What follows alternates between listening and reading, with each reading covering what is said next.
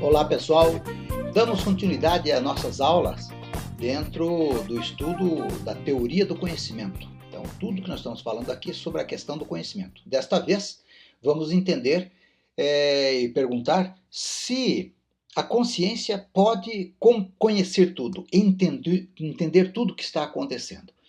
Então, a primeira imagem que vem aí é de um divã e uma piadinha que a pessoa diz que está tendo um problema de adaptação.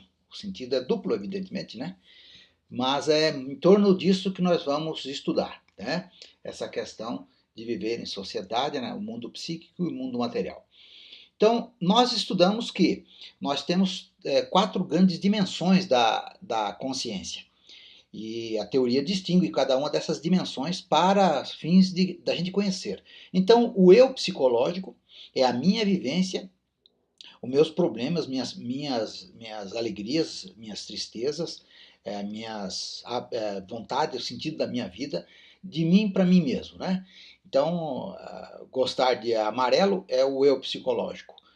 Gostar de matemática é o eu psicológico. Agora, que existe o amarelo, que existe a matemática, e 2 mais 3 são 5 na matemática, ninguém discute, porque daí se trata do eu sujeito, o sujeito que conhece, né? Ou a dimensão epistemológica, porque eu tenho uma racionalidade. A racionalidade em si, puramente em si, sem a interferência das outras dimensões, é o sujeito de conhecimento.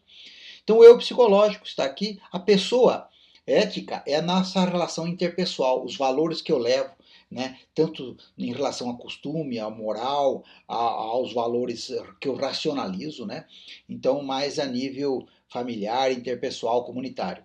Numa grande sociedade, a estruturação da sociedade é o cidadão político, é essa consciência que eu tenho, que eu vivo em comunidade, que tem regras, que é estabelecido por todo mundo. E aqui, entendendo que o eu político, aqui não quero dizer política, partido político ou apenas o poder político, que é uma característica, é um detalhe, um aspecto, digamos assim, da grande dimensão do eu político, que é a vivência em comunidade, né? Por exemplo, respeitar o sinal vermelho, passar no sinal verde, está dentro de uma dimensão política. Claro que também tem uma questão ética, todos eles não estão separados do outro, eles são dimensões que se intercambiam. Mas o eu psicológico, ela é muito individual. O ético, ele é do aspecto privado. O cidadão político, ele é do aspecto público. E o sujeito epistemológico, ele é universal porque todo mundo tem essa capacidade. Ele não distingue entre gostar, entre ser ético ou não ser ético, e ele não se distingue em ser político ou não ser político. Mas ele conhece o que é ser um bom ou mau político, uma relação mal ou boa na questão política, uma relação adequada e inadequada na questão ética, e também ele consegue racionalizar sobre a questão psicológica. Aliás, sobre isso nós vamos falar hoje. Então, nós temos 2 outros elementos constituintes da nossa consciência que não é exatamente da consciência, mas que escapa da nossa consciência, que é o inconsciente. Qual é o limite do nosso inconsciente?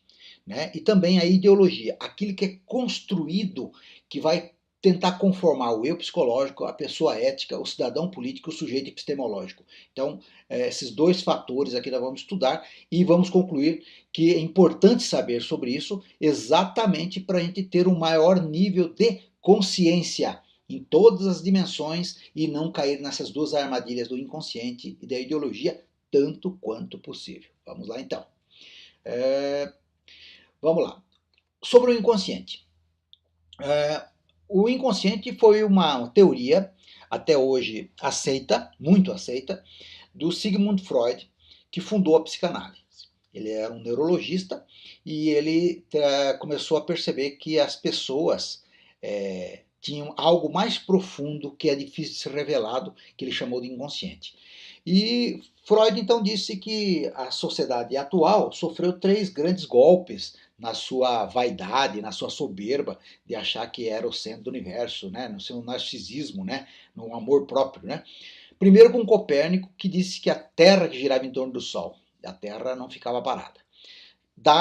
Charles Darwin, que disse que os humanos e outros animais, né, e outros primatas têm um ancestral comum, portanto nós não derivamos diretamente de Deus.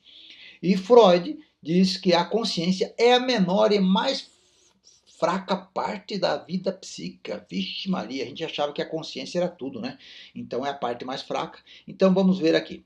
Sobre a psicanálise. O Freud, ele era um neurologista, e eu vi o Brauer, que era um amigo dele, também neurologista, que trabalhava com tratamento de pessoas, fazendo as pessoas adormecerem, com hipnose, e ele percebeu que essa Ana O, né, que é um codinome dado para essa senhora, é, que ela se sentia bem quando relatava os seus problemas. E aí, então Freud, a partir de Brauer, passou a analisar, a estudar mais sobre essa questão. Então Freud começou a trabalhar uma técnica que deixava as pessoas num divã, falando livremente, e às vezes ele tentava interromper, mas ele percebia que as pessoas não gostavam. Então ele percebeu que aquilo poderia ser uma forma de, através da linguagem, as pessoas conseguirem colocar aquilo que está muito profundo nas pessoas, né? Então certas palavras, inclusive, causavam choro, tristeza, reações assim inesperadas. Então ele passou a trabalhar uma ideia de que as pessoas que tinham determinados sintomas de doenças mentais era uma forma de você revelar algum sentimento inconsciente. Ou então, de punir, você mesmo punir por aquele sentimento. Imagine que você tem um sonho erótico, digamos, e você considera inadequado aquele sonho erótico. Então você vai se punir, né, exatamente pela sua formação moral, pela sociedade, religião, questão ética, estética e outros fatores, você vai se punir. Então, dizem que isso, segundo Freud, isso pode causar um determinado tipo de comportamento, né? E conforme o trauma, e nós sabemos que hoje tem vários traumas, estupros, violências sexuais, assaltos, etc., que as pessoas tentam penosamente esquecer isso, esconder isso, mas de alguma forma vai aflorar em algum tipo de problema, em algum tipo de comportamento que é aparentemente inexplicável.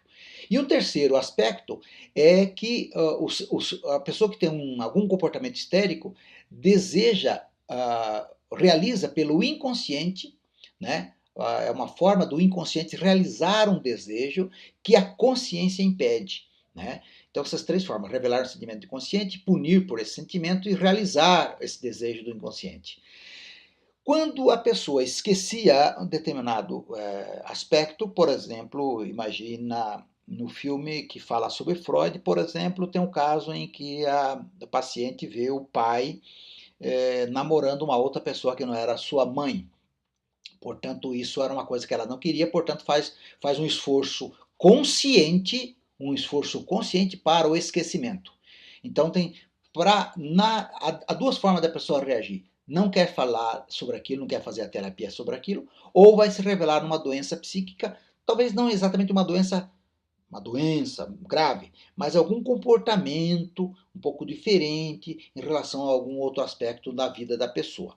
Então, a psicanálise é uma técnica, uma forma de que, pela linguagem, a cura aparece pela interpretação dos esquecimentos, dos sonhos, das lembranças, fazendo com que a consciência retrabalhe aquela informação e traga, digamos, para o nível da racionalidade consciente. Então, aquelas coisas que estão profundamente marcadas em nós, que a gente não gostaria de revelar para ninguém, tem dificuldade em fazer isso, mas se em algum momento vai fazer, tem essa função de aflorar aquilo que está no inconsciente para a realidade e trabalhar.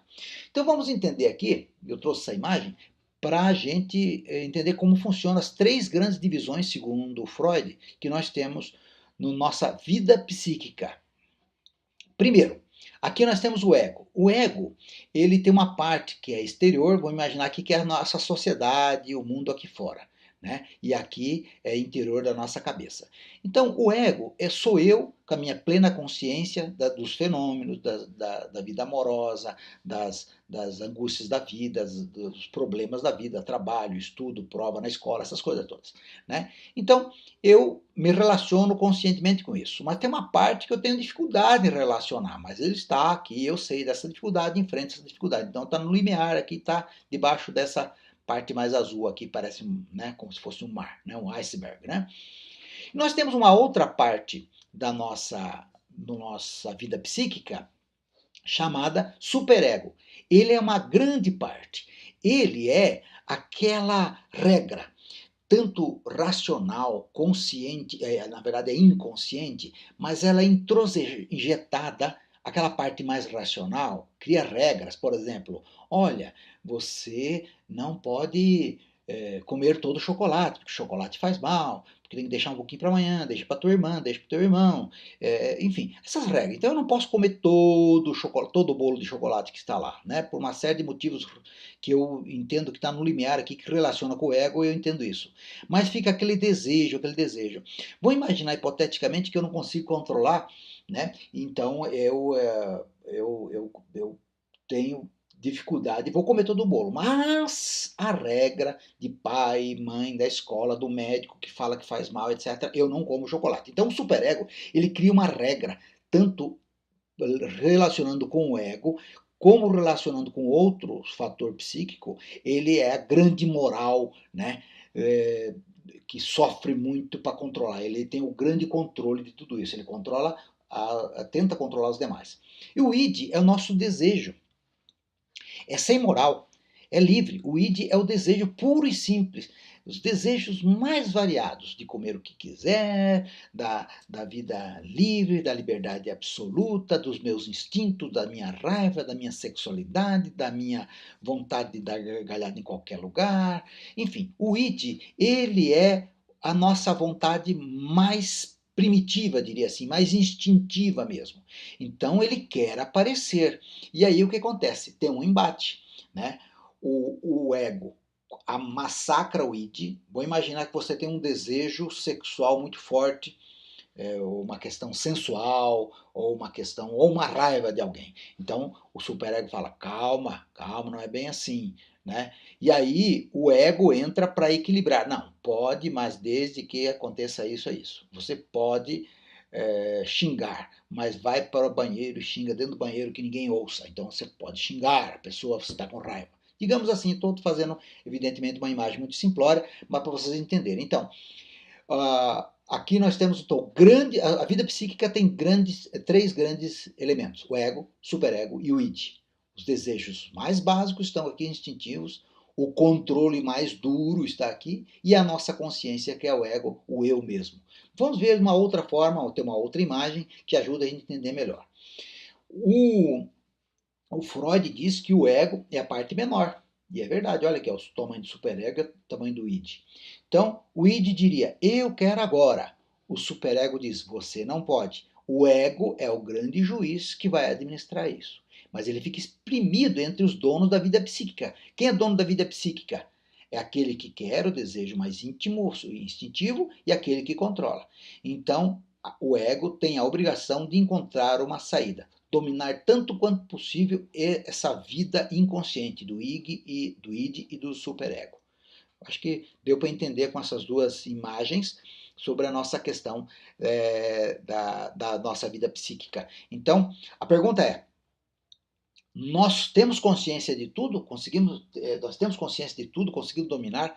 Então, qual é a função então da teoria do conhecimento? A gente saber disso, dessa questão do inconsciente, e tanto quanto possível fortalecer o ego para a gente ter uma vida mais feliz, mais tranquila, né? Então, a função da teoria do conhecimento, né, é a gente ter consciência dessas dificuldades e a gente ter tanto quanto possível o domínio da vida inconsciente. Repito, tanto quanto possível, fortalecendo o meu conhecimento, fortalecendo o ego, ter o domínio da vida inconsciente, administrar melhor, ser um super juiz, né? A consciência é super juiz. Vamos ver, um outro problema. Um quarto ferimento do narcisismo mundial foi dado pela ideologia, segundo a filósofa Maria Helena Chauí. Então, o que é ideologia? Para a gente entender a ideologia, vamos começar com um filósofo alemão chamado Feuerbach. Feuerbach dizia que o ser humano sempre projetou explicações, sempre quis explicações para tudo. Quando não conseguia explicações, ele tentava projetar os seus desejos de explicações, de entendimento, de qualidades para um ser superior que tivesse umas qualidades que nem o ser humano, mas muito melhor. Então, por exemplo, meu desejo é nunca morrer, portanto, ser infinito, ser eterno. Então eu projeto numa pessoa que seja eterna. Então vamos chamar Deus. Né? Uma pessoa bela. Então eu projeto numa deusa. Uma pessoa que não tenha necessidades e sofrimentos. Eu projeto também num Deus que pode tudo. Onipotente, onipresente, enfim. Eu projeto em seres superiores. Então, eu crio, por exemplo, as religiões, segundo Feuerbach. E os humanos esquecem que criaram esses seres do ponto de vista de idealização e passam, de uma geração para outra, a acreditar nesse extraordinário real. E aí dão independência para esse extraordinário, que se torna real para eles, por conta de manifestações, liturgias e tudo mais, e deixam-se governar por essas coisas que eles criaram. Então isso nós chamamos de alienação. Significa o seguinte: eu crio algo, mas esse algo se torna separado de mim, que eu acredito que aquele algo é que está me criando. Interessante. Alienação é a perda ou diminuição da capacidade de pensar e agir por si. Então esse é o grande legado de Feuerbach que Karl Marx vai adotar para si, mas adaptando para a alienação não só sobre a questão religiosa ou a questão da vida social, mas também a alienação social no sentido geral, econômico, político e tudo mais. Ok? Então é Karl Marx, que nasceu em 1818, morreu em 1883, nasceu na Alemanha, da família da classe média, era jornalista, mas se destacou por ser um grande sociólogo e filósofo. Então, o que dizia Karl Marx? Karl Marx, que os seres humanos ignoram que eles criam a sociedade. E é verdade, às vezes a gente acha que tudo que tem na sociedade são coisas naturais. A gente acha que até o semáforo é coisa natural, né? E na verdade é tudo criação humana.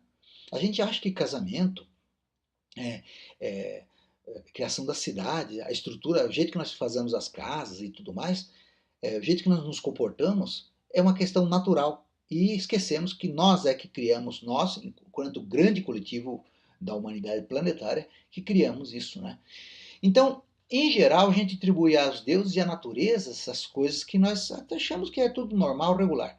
Então, são os humanos, na verdade, que criam através da sua história, ao longo do tempo, por isso que se alienia, porque o que se criou no passado se passa de geração em geração. E essas instituições sociais, como família, a linguagem, a escrita, a arte, a religião, a guerra, o comércio, eles são criados pelo ser humano na sua vivência, na sua história. E as instituições criadas, por exemplo, leis, direitos, tribunais, governos, moedas, etc., são instituições políticas, são criadas por convenções. E às vezes as pessoas esquecem e naturalizam isso. Né? O que é uma praxis para Karl Marx? É uma ação sociopolítica histórica da criação da realidade. Então, praxis não é exatamente praticar, não. Significa, é quase uma prática, mas naquele sentido em que a pessoa tem um valor. A pessoa age na sociedade politicamente, economicamente, mas é porque ela tem por trás dela valores, conceitos abstratos que acompanham a própria pessoa. Então, eu vou dar um exemplo típico. Se eu falo assim, não vou vender um produto e falo quem der mais leva, eu portanto, estou fazendo uma praxis, porque eu estou criando uma regra, quem der um valor maior financeiro vai levar aquele produto, e as pessoas aceitam esse acordo, portanto, aí nós temos uma praxis. Tem um valor que não está no produto em si, mas no acordo feito entre as pessoas. Então é um valor, a praxis é um valor muitas vezes intangível, mas que se reflete no aspecto material. Ao desconhecer que a pessoa cria a própria realidade social, tanto sociopolítica como histórica, a pessoa se alienia. Então tem uma alienação social na relação social. Então a alienação social, ela deriva da nossa relação para sobreviver, para a gente viver em sociedade. Então primeiro nós temos uma divisão social do trabalho, né? A gente divide os trabalhos, a mulher faz isso, a criança faz aquilo, adultos faz aquilo, quem tem dinheiro faz aquilo, quem tem pouco dinheiro trabalha mais, assim por diante. Então as instituições sociais começam há muito tempo, primeiro a família, onde tem um papel para o homem adulto, um papel para a mulher, um papel para o filho primogênito. Vocês assistem muitos filmes, falam, e até hoje tem um filme, em alguns lugares, o filho primogênito. tem maiores direitos que os outros, foi uma regra socialmente construída dentro dessa divisão social, né, que interessava para essa sociedade. O comércio, quando a família tem sobra de produção, comercializam. E esse comércio gera, para alguns, maiores riquezas, tem mais terras, acontece mais trocas. E aí temos também alguns que não têm propriedade de terra e outros que têm. Nós começamos a ter o outro tipo de instituição chamado trabalho servil. Conforme a sociedade vai crescendo, ao longo da história, esse trabalho serviu à organização de famílias que dominam outras, famílias ricas, mas são muito mais ricas que outras famílias, criam o poder político. Os ricos decidem e controlam a sociedade. Também criam as religiões, e em geral os grandes proprietários, os controladores da sociedade são aqueles que controlam as religiões. E por fim nós temos também uma instituição chamada guerra, que existe em toda a sociedade, né? Que é disputa entre famílias dirigentes, entre grandes nações, hoje se fala em nações, em grandes estados, né? Perdedores viram escravos, vencedores têm um poder econômico, social, militar, religioso e político que se perpetua. Então a alienação é entender que essa diferenciação social ao longo do tempo vai separando uns e criando diferentes tipos de classes. Aqui vemos uma pequena brincadeira sobre alienação, no caso alienação no trabalho, é quando a pessoa não sabe o que constrói, né? Tá dizendo, eu vou me aposentar amanhã, sabe o que eu vou fazer? Vou no final da linha de montagem ver o que eu faço há 30 anos. A pessoa está alienada, separada daquilo que faz. Então a divisão social, ela tem, a primeira divisão é a divisão sexual do trabalho. Homem faz a coisa, mulher faz outra. Isso já começou há muito tempo. A divisão social do trabalho é aí alguns servos, escravos fazem uma coisa, ricos e todos não faz nada ou faz outras coisas. Né? A divisão social do poder militar. Alguns podem ser militares, têm o controle do poder militar, alguns não. Poder social e político. Reis para cá, imperadores para lá, servos, filhos de escravos nunca vão ser rei, nunca, né, gerações, nada. Você cria regras para isso tudo. Aí até hoje é assim, né? Até hoje, se você falar na sociedade, tem uma ideologia, né? Já estou falando do que se trata, que para você ser presidente da república, para você ser deputado, senador, ser político em geral, pobre não deve se meter nisso. Tem que ser pessoa, primeiro, inteligente e com bastante dinheiro. Quer dizer, junta essas duas coisas. Esse discurso interessa para deixar os trabalhadores fora da política. Interessa para a classe dominante que os trabalhadores não participem da política. É um discurso ideológico, cria uma ideia que muita gente compra como verdade. Então, uma parte da sociedade possui poder, a outra parte subjugada. Então, vemos aqui um exemplo clássico da Idade Média. A nobreza do lado dos reis, do lado do clero aqui, né? Todos eles, de certa forma, combinado, aqui com o poder espiritual, aqui com o poder material terreno, e aqui os que sustentavam, os que trabalhavam mesmo. E isso era tido como absolutamente natural. Né? Em sociedades escravistas, escravos era tido como absolutamente natural. A ideologia da época dizia isso é normal, sempre foi assim, sempre será. Né? E às vezes colocava até a culpa em Deus. Não, Deus que criou o mundo assim, dividido dessa forma.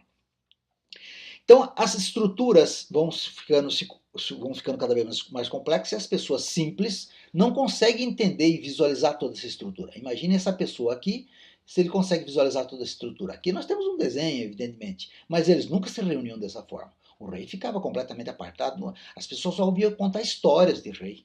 Né? Era uma coisa, um poder longínquo, um poder quase divino, sobrenatural, e o rei existia de fato, mas interessava essa distância para criar toda uma estrutura de dominação.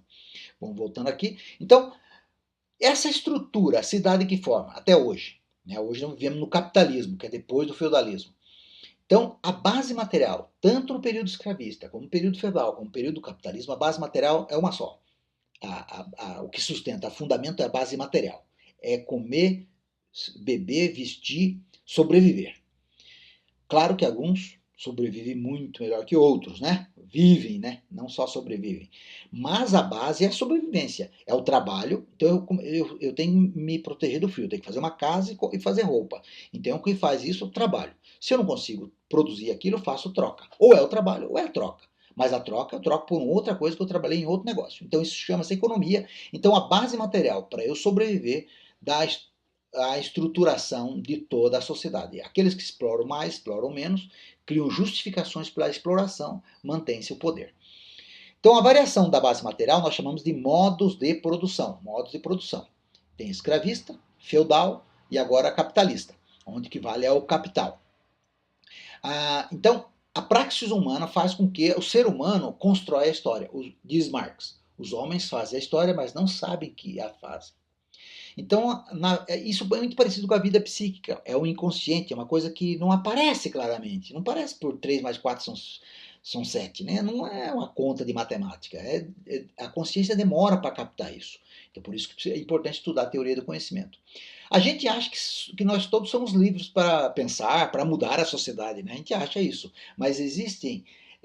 para mudar a sociedade, eu tenho que mudar todo mundo que está ao meu redor e eles combinarem na mesma direção, não é verdade? Então, o que se faz geralmente, como eu não consigo pensar dessa forma, mover essa grande estrutura naquilo que eu sonho, penso uma sociedade melhor, etc., todo mundo passa a justificar isso como natural ou como místico, né? Por exemplo, pobre é pobre por ser preguiçoso. Pobre ou é por ser preguiçoso. Existem sempre superiores e inferiores. Desconhece, portanto, o peso da economia, da política, da estrutura. As pessoas desconhecem que ele institui a sociedade e é instituída pela sociedade. A alienação social, o desconhecimento das condições históricas sociais em que vivemos e que nós mesmos produzimos a nossa sociedade. Então, mas como é que por que nós desconhecemos? Porque temos a ideologia. A alienação social é explicada de forma direta e simples pelo senso comum. Né?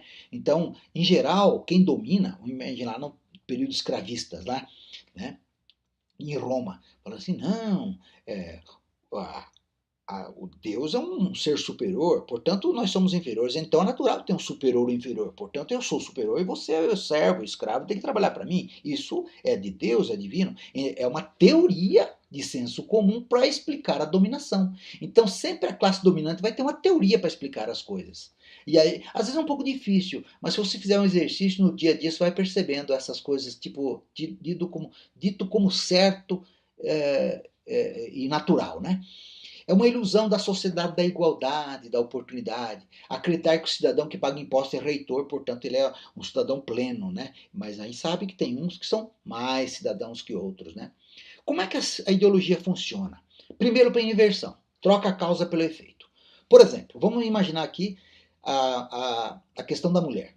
O ser feminino, a sociedade atual diz assim, não, a mulher é doçura, ela é frágil, ela é coitadinha, nós temos que abrir a porta para ela. Então, ela é, como tem recentemente a primeira dama, que agora não é mais, né? Era bela, recatada e do lar. Teve uma revista que falou que isso era a grande vantagem da primeira dama. Bela, recatada, né, resguardadinha e do lar. Por que essa ideia, essa ideologia do ser feminino? Aonde foi criado isso? Isso vem de há muito tempo, porque há muito tempo atrás interessava que a mulher ficava para a reprodução, cuidando dos filhos, amamentando os filhos, portanto ela tinha que ter um lugar. Se ela fosse também fazer guerra, se ela fosse trabalhar também na caça, fosse trabalhar na agricultura mais pesada, ela fosse viajar junto com os homens, com os demais, ela provavelmente estaria mais cansada, menos disposta à procriação e também ia resistir à procriação. Isso não interessava para quem dominava. Então, interessava para a mulher a reprodução, porque era muito importante. Então, esse caráter inverteu-se. Né? Então, percebe que primeiro você cria a função da maternidade. Aí você justifica, não, você fica em casa, não é por causa da reprodução, porque você é coitadinha, é frágil. Então, por meio da ideologia do gênero, se cria fragilidade e tudo mais. E, inclusive, hoje se diz que a mulher é inferior ao homem, menos inteligente e tudo mais. Quer dizer, é um exagero na explicação ideológica para a submissão feminina, né? Que, graças a Deus, estamos saindo dela com muito esforço, né? Então, a ideologia de gênero tem uma função que troca a inversão. O interesse que existia e existe, né, por uma justificativa de uma outra ordem, o efeito. O efeito, ele é doce, não sei o quê, na verdade é consequência daquela função determinada. Aqui eu tenho um exemplo de uma piadinha. Ó. temos que banir a ideologia de gênero. O que é ideologia de gênero? É o que diz que crianças são neutras, nem meninos nem meninas. Ora, todos sabemos que meninos são fortes, decididos e usam azul, já meninas são frágeis, sensíveis e usam rosa. Por que isso não é ideologia de gênero? Claro que não é, porque é a verdade sacrossanta. Quer dizer, para quem estabelece a ideologia, cria regras muito simples, um senso comum, um argumento às vezes ilógico, né? Se eu analisar só sob o ponto de vista da linguagem lógica, mas estabelece a verdade. Tem uma prescrição, todos sabemos, já parte da todos sabemos, quer dizer, a regra já está pré-estabelecida, que meninos são fortes, decididos e usam azul, quer dizer, que meninas são sempre fracas, não decidem nada e devem usar rosa, quer dizer, e isso é uma ideologia que tem por aí, né? O outro procedimento da ideologia é o imaginário social. Você cria imagens simples, linguagem simples, e para explicar a realidade, é o explicativo. Por exemplo, o mundo é dos espertos. Quando fala o mundo dos espertos, ele esquece da questão ética, da questão moral, portanto, esquece a questão religiosa, esquece a questão até da estética da linguística e passa a pensar na questão material, porque quando fala espertos, está dizendo a questão material. Quer dizer, o logro é aceito no mundo capitalista como uma forma de você ter vantagem econômica, né? Ou então como prescrito, uma atitude prescrita. Você faz uma frase que tenta resumir, todos sabemos que quem pode mais chora menos. Então, prescreve então, diante desse explicativo, ó, quem pode mais, se você puder mais, vai chorar menos. Então, é uma prescrição, inclusive tem pais que passam isso para os filhos, né? No sentido, e às vezes esquece que por trás disso só tem uma lógica, a lógica da ideologia e uma lógica voltada para as questões de base material, né? Então, as normas e representações explicam e sustentam esta realidade que vivemos. O terceiro procedimento da ideologia é o uso do silêncio. Se você, por exemplo, quer a reprodução, mas quer uma reprodução dos filhos, netos e tal, regulado para uma família rica, você fala que a virgindade é preciosa, né? Só pode ter sexo depois do casamento. Você cria determinadas regras que a gente acha que é natural, às vezes até religiosa, mas elas são de fundo uma criação social para determinados interesses. A homossexualidade é anormal, porque a reprodução organizada, legitimada do ponto de vista do interesse do capital, hoje do capital, mas antigamente, no período feudal, dos poderosos proprietários de terras. Eu tenho um exemplo muito claro aqui. A Igreja Romana proibiu o casamento dos padres exatamente, trocou a função. Porque se o padre casasse, tinha filhos, o filho poderia herdar a propriedade. E como na época a riqueza estava na propriedade, para você ter servos na propriedade que trabalhasse para você, você ia dividir a propriedade e a igreja, como instituição, ia perder poder. Então trocou a função, usou o argumento religioso, no sentido da castidade, pegando lá o exemplo da Bíblia de Maria e tal, e proibiu os padres de casar. Então tem o celibato dos padres até hoje, né, afrontando a questão instintiva, natural da pessoa, a sexualidade é uma questão natural, para fazer exatamente essa questão de você não ter problemas com as propriedades. Então você não fala exatamente que é isso, você fala da questão religiosa, então você silencia com relação à divisão da propriedade e fala a questão religiosa, né? Você troca as coisas, né? Então conhecer a ideologia ajuda a gente a combater, ajuda a nossa consciência na teoria do conhecimento a combater quando ela é nociva. Evidentemente que determinadas ideologias, algum senso do dia a dia, nem tudo é ruim, tem alguma coisa que a gente aceita como razoável, né? Não vamos dizer que está correto ou está errado, mas digamos, é tolerável, né? Então, a teoria do conhecimento, tanto conhecer o inconsciente como conhecer a questão de ideologia, ajuda a gente a ser menos alienado. Então, o inconsciente é uma alienação psíquica e a ideologia é uma alienação social, ok? Então, precisamos conhecer isso para a gente mudar ou ser menos suscetível à nossa consciência real, né? Aliás, a gente dominar, evidentemente, ter consciência que existem esses fatores que podem atrapalhar o pleno conhecimento do mundo, né? Então, temos um exemplo aqui da menina que quer fazer uma mecha verde no cabelo para expressar a individualidade, porque está todo mundo fazendo. Quer dizer, são argumentos, uma pequena ideologia, claro que aqui não tem grandes problemas, apenas um convencimento à mamãe, né? mas tem uma individualidade, mas que todo mundo está fazendo. Quer dizer, é uma contradição lógica, mas tem uma função de argumentação. Aqui nós podemos ver dois grupos, um grupo de azul falando do laranjado, coitado, tão diferente, e outro, que desperdício, todos iguais. Eles usam expressões negativas, coitado e desperdício. Mas se esse grupo aqui ficar estabelecido pela mudança socio-histórica, né, econômica, que o azul é mais econômico, é melhor, etc., uma série de vantagens do azul, ser laranja está, pela ideologia, é uma pessoa anormal, doente, fora da sociedade, que não está entendendo a realidade. Agora imagine que esse aqui realmente começa a convencer os demais a usar a laranja. Teremos então uma ideologia ao contrário, todo mundo achando que laranja é o correto e quem tiver de azul está errado. Portanto, só para entender o jogo da ideologia, como ela funciona. Então, gente, isso aqui é um pequeno exemplo. Evidentemente que a questão da ideologia é uma coisa muito mais complexa, não se trata só apenas desses exemplos mais do dia a dia que a gente usa para a gente começar um raciocínio, mas o jogo ideológico é muito mais potente. Hoje nós temos a propaganda, nós temos os meios de comunicação. O dono do meio de comunicação, se ele pensa no jeito, ele vai fazer com que o seu jornal direcione a notícia para aquilo que ele pensa do senso comum, para seu aspecto político, etc. Então, lembrando que a ideologia social, né, ela aliena exatamente para manter o poder econômico de quem está. E nós temos uma outra, que é a alienação da vida psíquica, que é quando a pessoa não desconhece que tem essa diferença entre os instintos e o controle dos instintos, né? A vida psíquica é dividida em 3 partes, como Freud nos apontou. É isso, gente. Terminamos nossa aula. Até a próxima oportunidade e tchau.